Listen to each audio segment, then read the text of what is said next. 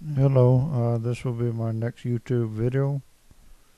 This will be part one, and this series I'm going to do about the world and what's what what I think might help or might work better. And this is just part one, so bear with me.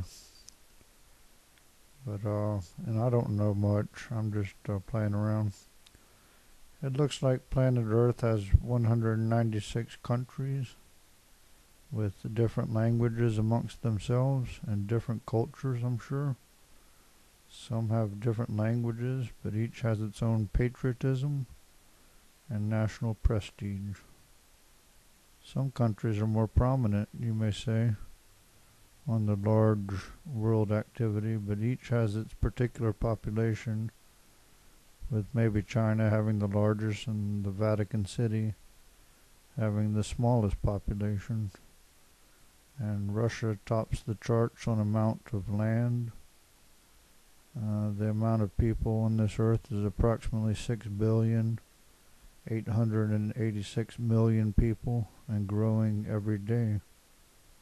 Wars, famines, earthquakes, severe weather has been on the increase, while nations are experiencing some tensions to stability in their own countries, and certainly there's tensions out there concerning the relationships between countries.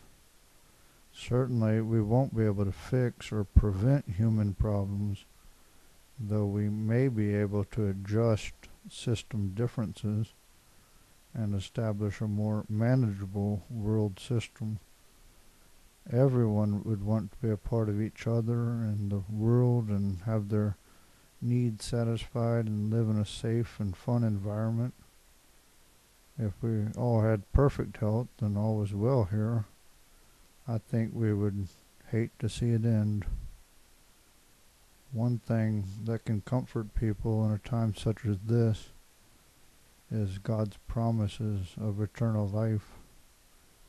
That seems for us to be in God's hands, and all we can do is believe Him, do our best, pray, and die with the hope.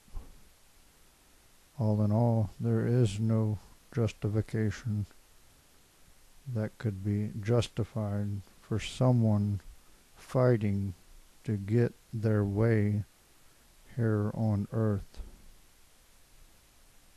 One must be peaceful like the rest of us and do his/her part, earn his/her keep, or ask or beg for help. It's for the haves to help the have-nots, and the rich to help the poor, and the strong to help the weak. But that, of course, comes from care and compassion. At this time, we have in these 196 countries different currencies, forms of governments, and different laws and systems. Some countries gather around dictators, some kings, some elected governments, and some governments that have taken charge and established through force or connection and hold no elections. Some countries have little or no law, and some are established on law, yet each may have good and bad laws written to uphold. Then you have the human element of crooked or straight, honest or not, greedy or not, fair or biased, and yes, even love and hate. These countries also derive much of their togetherness on religion or religious freedom.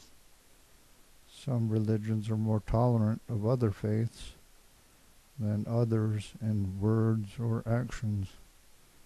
But one thing we could say about the world is that it still works and is up and running, and one may be able to see God still as its master. It's working, but not as good as one should want it to. Like, for instance, when one of our fellow humans is having to eat mud cakes due to our common hunger, yet at the same time thinking that there is enough food being grown at this time for him as well as everyone, barring a famine or something, maybe no rain. The resources on Earth need to be better managed and allocated for the survival of even 100 years old outlook of man, if we're going to survive and also factor in the environment and the exponential growth of the human population. And yes, it will be hard for everyone to survive in a peaceful environment with enough to go around. There could develop world-type war and chaos, riots, looting, crime, and more suffering, which would not be able to be handled or managed. It would be more the strongest would survive, or the strongest group would survive, and not through health or eating right, but more so through fighting and force.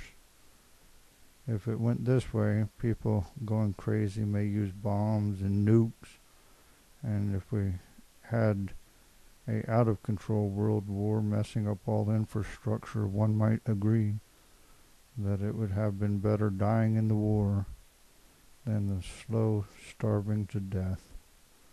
Seeing all the possibilities and knowing that it could happen to including your children, then it's also our responsibility to try to maintain what peace we have now and how we may be able to get along better and work all countries better together, even without a world government, and how we may be able to set up an economic system that works for everyone and every country, where each country's current governance worked with the whole to establish something that would work, and that each country talked about the important issues to its peoples to get conformity and agreement, each country establishing true law, and each military working with the other, not against, would help uphold that law for their country.